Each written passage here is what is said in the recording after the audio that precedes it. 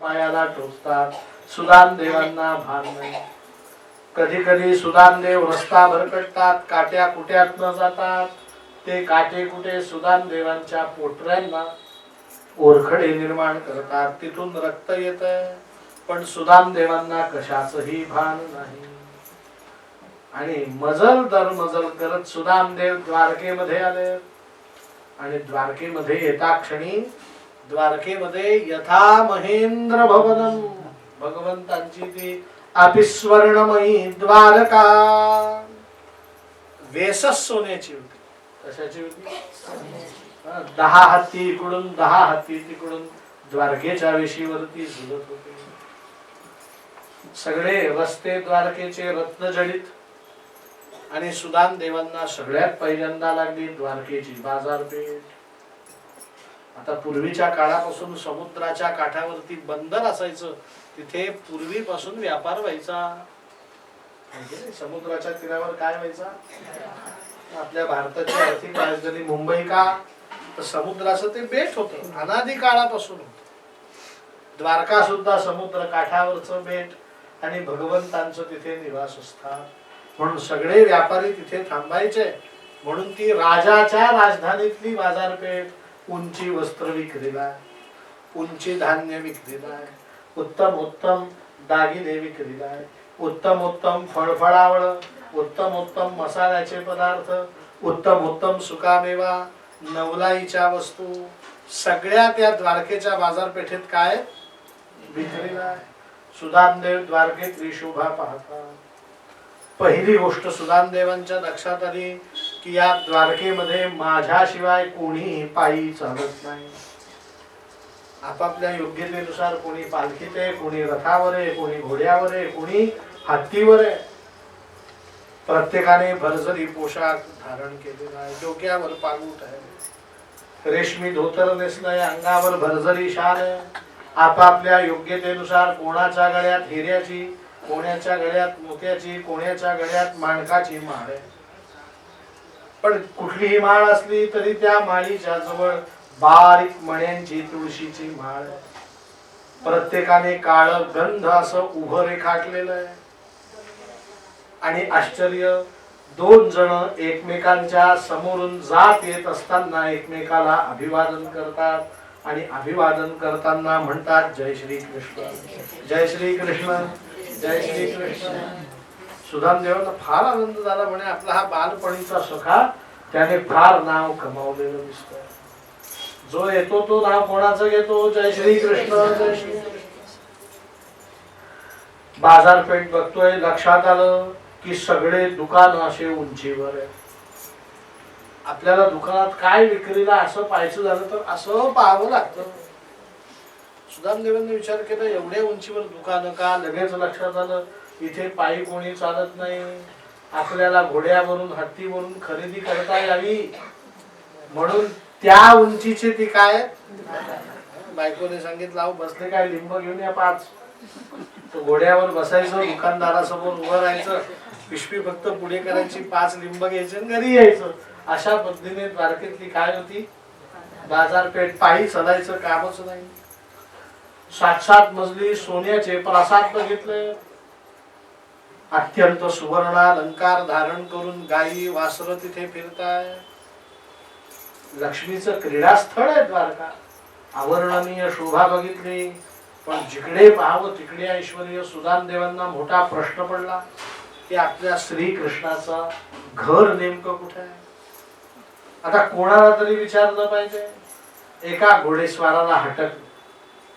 त्या घोडेस्वाराने सुदामदेवांना बघितलं, घोडा उभा केला, खाली उतरला, ब्राह्मणाला नमस्कार केला, विचारलं, हे भूदेवा का थांबवलं मला?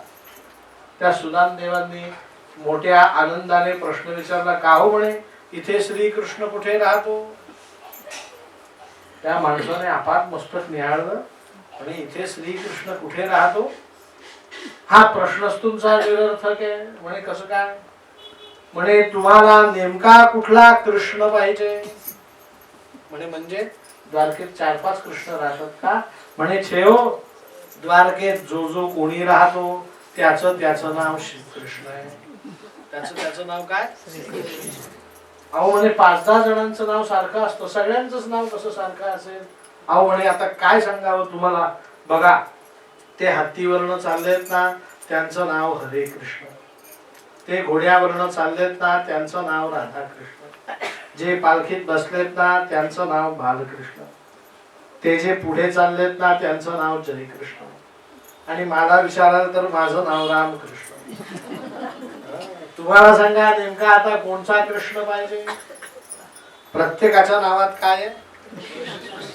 सुदामदेवाने सांगितलं असं का म्हणे, आता मग अवघडच परिस्थिती झाली, पण आता काहीतरी सांगितलं पाहिजे म्हणून भीत भीत विचार म्हणे असं म्हणतात, मला माहिती नाही ना, याला म्हणायचं सारवासारव करून, कारण लोक स्वतःची ओळख करून देताना खूप मोठी करून देतात.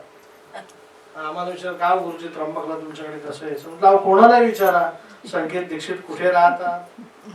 आणि तो खरंच याच्या भरोशावर आला, एसटी स्टँडवर उतरला, एका दुकानदाराला विचारलं का संकेत दीक्षित कुठे राहतात, तो म्हणे कोण संकेत दीक्षित.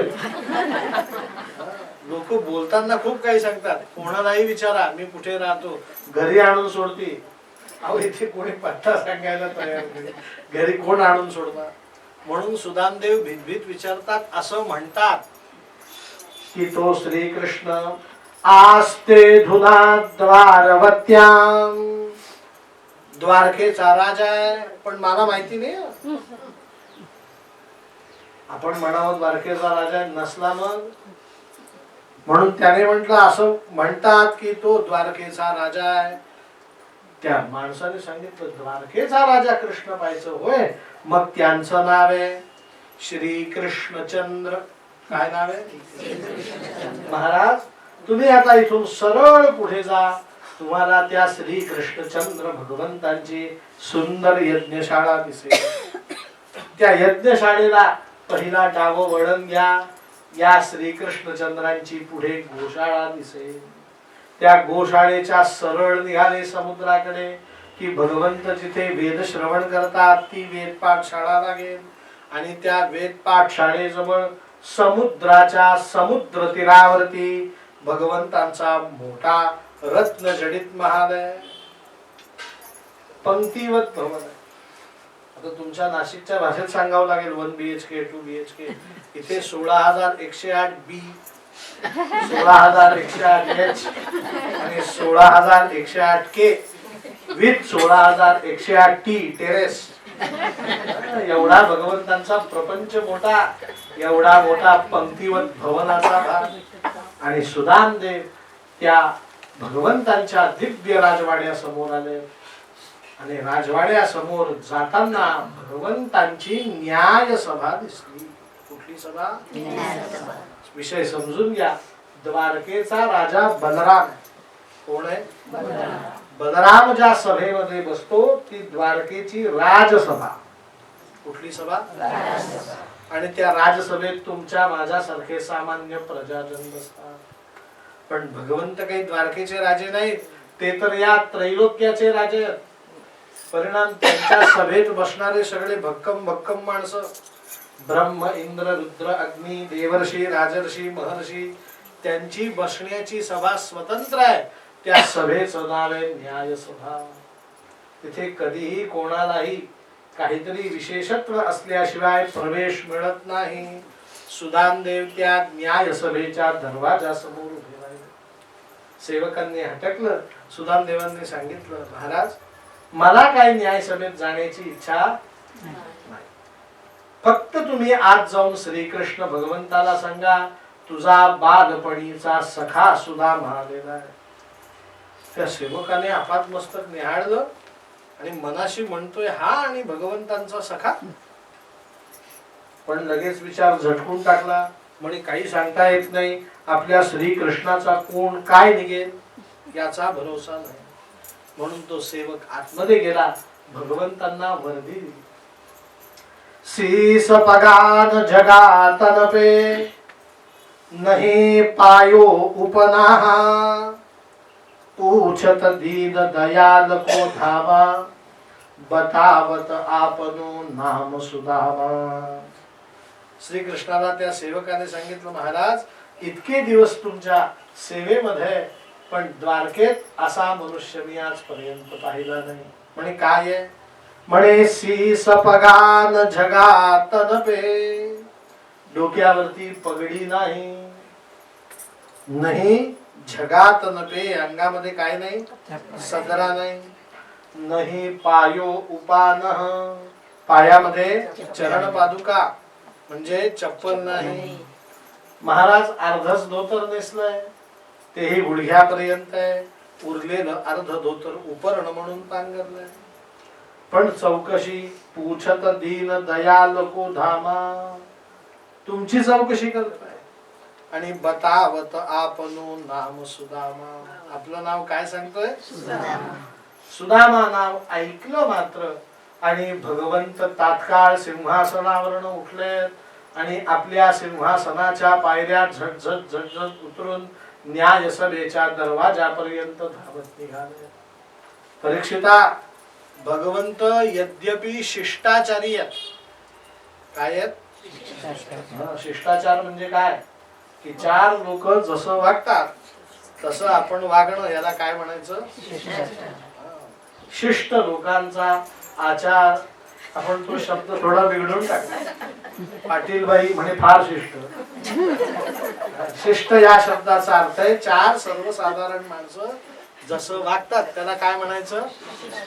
मग शिष्टाचार असा सांगतो की प्रतिष्ठित माणसाच्या अंगावरचं वस्त्र ढळता उपयोगाचं नाही.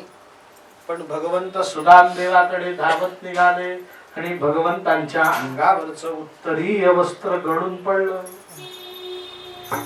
आणि भगवंतांनी बाहु प्रसार परिलंभमानम, दोनही हात पुढे केले आणि सुदामा सुदामा सुदामा म्हणत निघाले.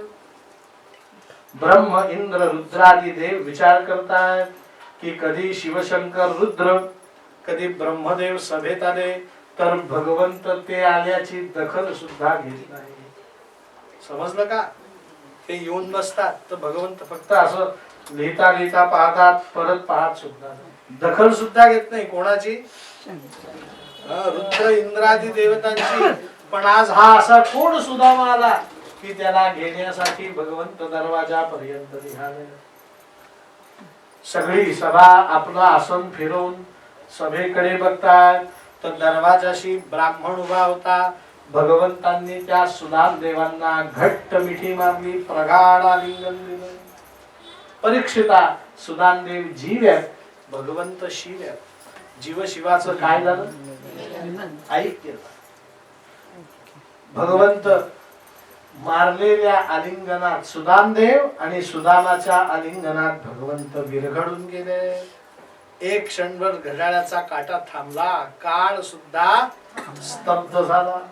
भगवंत भानावर आले. सुदामदेवांचा हात धरून भगवंत त्या न्याय सभेत आले. आपल्या सिंहासनावर लक्ष्मी सकट भगवंत बसतात, त्या सिंहासनावर भगवंतांनी सुदामदेवांना बसवलं आणि भगवंत सिंहासनावर बसल्यावर पाय ज्याच्यावर ठेवतात त्या पदपीठावर भगवंत स्वतः बसला. भगवंत खाली, सुदामदेव सिंहासनावर, लक्ष्मी देवी हात जोडून उभ्या. आमच्या भगवंतांनी अत्यंत प्रेमातिशयाने सुदामदेवांकडे बघितले. सुदामदेवांच्या चेहऱ्यावरती अत्यंत शांत स्मित हास्य करताय.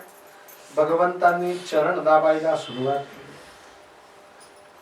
आणि सुदामदेवांचे चरण रखरखीत लागले म्हणून लक्ष्मी देवींना सोन्याच्या झारीत पाणी आणण्यासाठी पाठवले. लक्ष्मी देवी मनाशी विचार करतात की इतके दिवस विवाहाला झालेत पण भगवंतांनी आजपर्यंत मला कधी काही काम सांगितलं नाही. आज मला सोन्याच्या झारीत पाणी आणायला सांगितलं, याचा अर्थ हा ब्राह्मण साधा नाही. किम अवधूतेन भिक्षुणा, हा अवधूत भिक्षुक. कसा भिक्षुक आहे? याला भगवंताकडनं काहीही मागायचं नाही, भगवंताकडनं कशाचीही अपेक्षा नाही. आणि अशा भक्ताचे भगवंत काय देतात? लक्ष्मी देवी झरझरात गेल्या. इकडे भगवंत सुदामदेवांच्या पायाकडे बघतात. पायात अगणित काटे घुसलेत. एखादा काटा काढतात. काटा काढताना सुदामदेवांना वेदना झाल्या असतील. म्हणून काटा काढल्या क्षणी सुदामदेवांकडे बघतात. सुदामदेवांच्या चेहऱ्यावरती यत्किंचितही वेदना नाही. भगवंताकडे स्मितहास्य करतात. कधी कधी भगवंत झालेली जखम पुसतात. सुदामदेवांनी हो किचू केलं. भगवंत म्हणतात काय माझ्यावरती प्रीती आहे, काय प्रेम आहे. अगणित काटे घुसलेत परवा नाही, अगणित ठिकाणी ओरखडे आलेत परवा नाही, पाय चिखलात बुडालेत परवा नाही, फक्त मला भेटण्याची तळमळ. आणि ती तळमळ इतकी सिद्ध आहे की चेहऱ्यावरती यत्किंचितही दुःख नाही. म्हणून परीक्षिता लक्ष्मी देवी सोन्याच्या झारीत पाणी घेऊन येण्याच्या आधीच भगवंतांनी पाय धुवून टाकलेले होते. कशाने? प्रीतो विमुंचयन् बिंदून नेत्राभ्याम पुष्करे क्षणः.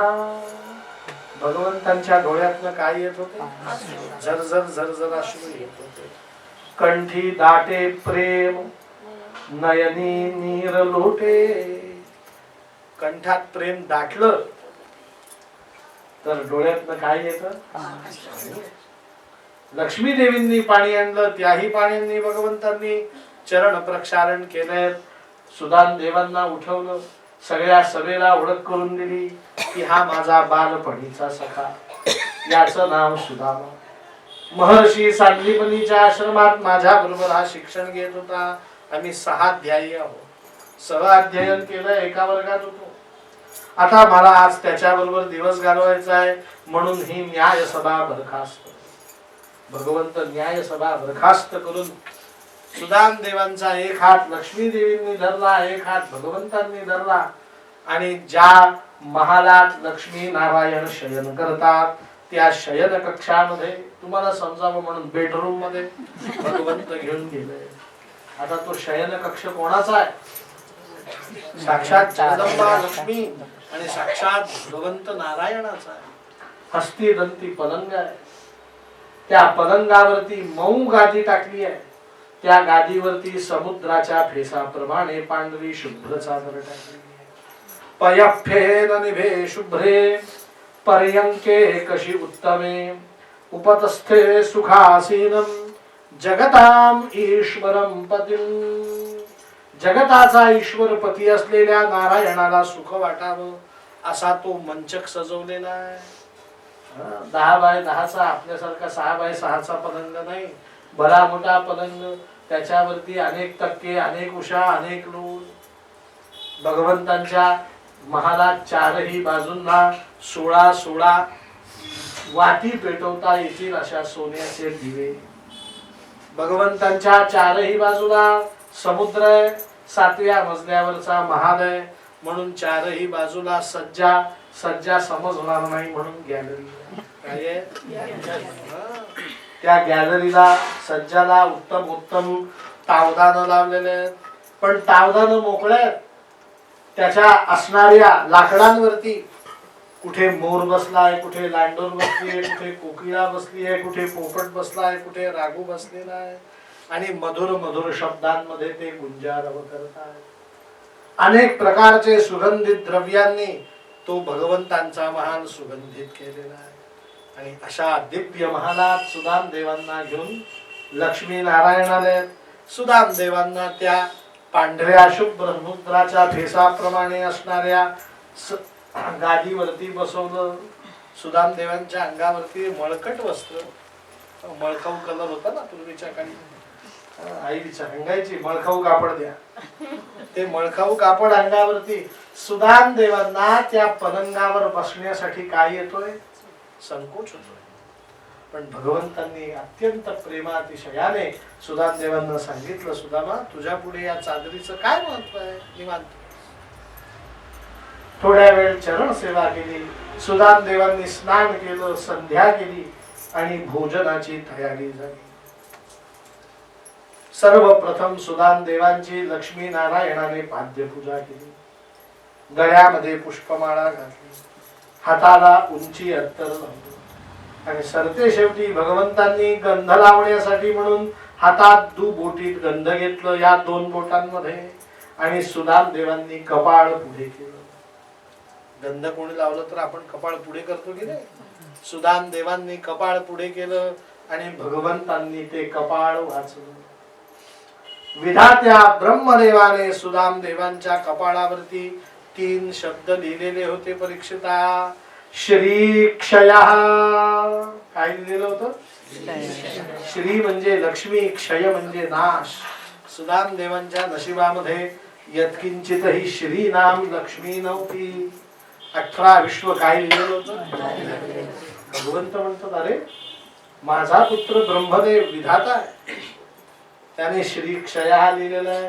पण काही असो, हा माझा सवंगडी आहे, माझ्यावरती अत्यंत प्रेम आहे. अगणित काटे घुसले, एवढा तरी दुःखाचा लवलेश होता का? मग अशा अवधूत भिक्षुकाचं भाग्य बदलणं हे माझं आद्य कर्तव्य आहे.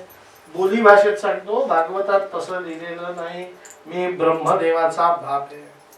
काय आहे?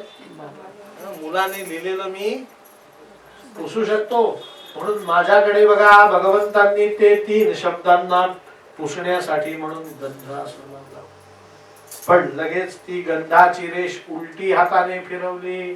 परिणाम परीक्षिता, ते 3ही शब्द फिरवले गेले. विधात्याने लिहिलेलं होतं श्री क्षयः, भगवंतांनी शब्द फिरवले, शब्द तयार झाला यक्षश्री. यक्ष म्हणजे कुबेर, श्री म्हणजे लक्ष्मी. कुबेराच्या नशिबात जी लक्ष्मी, ती लक्ष्मी कोणाच्या नशिबात झाली? गंध लावल्याने मनुष्याचा भाग्योदय होतो. उदाहरण कोणाचं आहे? सुदाम देवाचं. आणि सुदाम देवांनी भगवंताच्या शेजारी रुक्मिणी देवींच्या पाकगृहामध्ये शेजारी बसून भोजन केलं. काय त्या भोजनाचा थाट महाराज! बसायला सोन्याचा पाट, टेकायला सोन्याचा पाट, समोर सोन्याचं चौरंग, त्या सोन्याच्या चौरंगावरती 1.25 हात लांबीचं सोन्याचं केळाचं पान, त्या केळीच्या पानावरती अर्धा लिंबू चिरून वाढलेला आहे. आपल्या घरात एका लिंबाचा 16वा भाग वाटतो, त्याला म्हणायचं केटरस. त्याला काय म्हणायचं? लिंब केवढा वाढलाय? अर्धा लिंब आहे. सेंधव मीठ ठेवलेलं आहे, 4 प्रकारच्या चटण्या, 4 प्रकारच्या कोशिंबिरी, 4 प्रकारची रायती आहे. काही वाटलेल्या डाळी आहेत, काही तळलेल्या डाळी आहेत, काही मोकळ्या डाळी आहेत, पापड आहेत, सांडगे आहेत, कुरडया आहेत, भजे आहेत, वडे आहेत, 4 प्रकारचे भात आहेत. पंचपक्वान्नाचं भोजनाचं सिद्ध भेट आहे. लवंग वेलची टाकून सिद्ध केलेलं सुगंधित पाणी पिण्यासाठी. आणि आग्रह करायला रुक्मिणी सत्यभामाभ्याम. आग्रह कोण करताय? तोपर्यंत असं मध्ये बसून जेवणाची पद्धत नव्हती. अन्न मध्ये घ्यायचं, सगळ्यांचं भोजन झालं. रुक्मिणी देवी पुढे आल्या. सत्यभामा देवींनी सोन्याचं वाडगं खाली धरलं. भगवंतांनी सुदाम देवांचे 2ही हात पुढे करायला सांगितले. रुक्मिणी देवींनी पाणी टाकलं. सत्यभामा देवींनी धरलेल्या पात्रात सुदाम देवांनी हात धुतले. मग भगवंतांनी हात धुतले. रुक्मिणी देवींनी स्वहस्ते भगवंतांना सुदाम देवांना गोविंद विराजिला. भगवंत सुदाम देवांना घेऊन परत महालात आले आणि सांगितलं, सुदामा दमून थकून श्रमून आलायस, थोडी वामकुक्षी घे, संध्याकाळच्या वेळेस आपण गप्पा मारू. भगवंतांनी सुदाम देवांना झोपवलं. आपल्या अंगावरची साल सुदाम देवांच्या अंगावरती टाकली. स्वहस्ते दिवे शांत केलेत. सेवकांना सांगितलं, माझा बालपणीचा सखा इथे शयन करतोय, अजिबात गडबड गोंधळ इथे होऊ देऊ नका. सुदाम देवांची शांत वामकुक्षी झाली आणि प्रदोष समयी भगवंत हातामध्ये विविध प्रकारचे फळ फोडी करून त्याचं पात्र घेऊन सुदाम देवांच्या महालात आले. सुदाम देवांच्या समोर फळ ठेवल्यात आणि भगवंत चरणाजवळ बसले. आणि भगवंतांनी सुदाम देवांचे चरण दाबता दाबता पहिला प्रश्न विचारला, का रे सुदामा, अपि ब्रह्मन् गुरुकुलात् भवता लभ्य दक्षिणा समावृत्तेन धर्मज्ञो भार्योडा पुनरावानवा. सुदामा, लहानपणी सांदीपनी ऋषींच्या आश्रमात तू म्हणायचा की मी काही लग्न करणार नाही, मला संन्यासी व्हायचं. पण सुदामदेवा, तुझ्या शरीर यष्टीकडे पाहून तू काही ब्रह्मचारी आहेस असं वाटत नाही. सुदामदेवांना लाजल्यासारखं झालं थोडं. सांगितलं, कृष्णा तुझ्यापासून काय लपवायचं, तुझ्या आशीर्वादाने मला एक धर्मपत्नी आहे, तिचं नाव सुशीला. जसं नाव तसं तिचं वर्तन आहे. आणि तुझ्या आनंदाने माझा संसार व्यवस्थित चालू आहे. आणि खरं सांगू का, तिने पाठवलंय म्हणूनच मी तुझ्याकडे आलो आहे. भगवंत चरण दाबत होते, तुझ्याकडे तिनेच पाठवलंय म्हटल्यावरती भगवंतांनी हात जोडले सांगितलं, मग वहिनींना निरोप सांग की या श्रीकृष्ण गरीबावरती अशी अधून मधून कृपा करत चला, माझ्या मित्राला माझ्याकडे पाठवत चला. परत भगवंत चरण सेवा करतात आणि प्रश्न विचारला, का रे सुदामा, तुला मुलं बाळ? सुदाम देवांनी सांगितलं, कृष्णा तुझ्या आशीर्वादाने 3 मुलं आहेत, 4 कन्या आहेत, माझा गृहस्थाश्रम व्यवस्थित आहे. पण हे योगक्षेम चरितार्थाचं साधन. आता सुदाम देवांना सांगण्यासारखं खूप काही आहे की माझ्या घरात काय आहे, सकाळी जेवलो तर संध्याकाळी काय मिळेल सांगता येत. पण सुदाम देवांनी सुंदर उत्तर दिलं, कृष्णा तुझ्या कृपेने सगळ्या घरात आनंदी आनंद आहे, मला काहीही कमी नाही. भगवंतांनी मनाशी विचार केला, काय माझा सुंदर मित्र आहे, यत्किंचितही तक्रार करत नाही. मग सुदाम देवांनी तुझ्या आशीर्वादाने माझा संसार उत्तम आहे असं म्हणता क्षणी भगवंतांनी सुदाम देवांचे पाय थोडे जोरात दाबले, सांगितलं, सुदामा खरंय ही तुझ्या माझ्यावरती असणारी गुरुकृपा आहे. योगी दुर्लभम वैकुंठमपि प्रयच्छति. एकदा गुरुची कृपा झाली की मनुष्याला कशाचीही कमी राहत नाही. पण कृष्णा, सुदामदेव म्हणतो, कृष्णा खरंच गुरूंनी आपल्यावरती किती प्रेम केलं तुला आठवतं का? एकदा गुरुजी संथा देत होते, मंत्र शिकवत होते, आपल्या दोघांचंही लक्ष नव्हतं. आपण एकमेकांशी काय करत होतो, चेष्टा करत होतो. गुरुजींनी ते पाहिलं आणि आपल्याला सांगितलं, कृष्ण सुदामा आज तुमचं लक्ष नाही म्हणून मी तुम्हाला शिक्षा करतोय, तुम्ही आज मंत्राला बसू नका, माझ्यासाठी जंगलात जाऊन समिधा, दर्भ, फुलं, तुळशी, बेलाचे पानं घेऊन या. आपल्याला ती शिक्षा वाटली नाही, आपल्याला आनंद वाटला. आपण लगेच टुनकन उडी मारून जंगलात गेलो आणि प्रिया ये ना इथे बस लागायला, माझ्या जवळ बसू दे, याला काय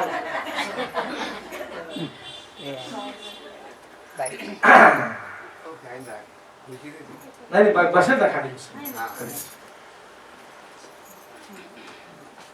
म्हणे आपल्यावरती असणारी ही काय आहे, गुरुकृपा आहे.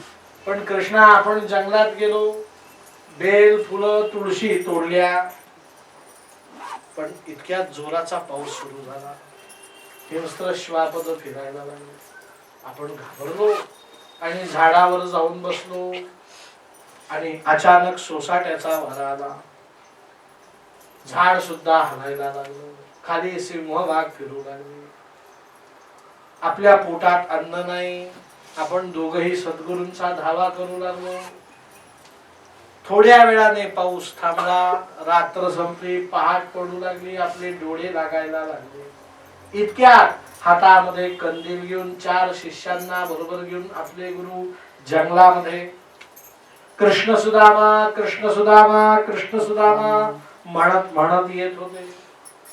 आपण ते शब्द ऐकले, झाडावरनं उडी मारली आणि गुरूंच्या समोर उभं राहिले. गुरुजी आपल्याला रागवू लागले, कृष्ण सुदामा तुम्हाला हे शोभतं? रात्रभर तुम्ही वनामध्ये आहात. आपण काहीच बोललो नाही, पण गुरुजींच्या प्रश्नाला उत्तर म्हणून हातातले दर्भ दाखवले, तुळशी दाखवल्या, फुलं दाखवले. गुरुजींनी पाहिलं की गुरु आज्ञेसाठी 2 शिष्य जंगलात आले होते, मीच त्यांना पाठवलं होतं. हे गुरुजींच्या लक्षात आलं, गुरुजींच्या डोळ्यात अश्रू आले. त्या दोघांना गुरुजींनी हृदयाशी कवटाळून आशीर्वाद दिला. काय दिला? तुष्टो हंभो द्विजश्रेष्ठो पूर्णा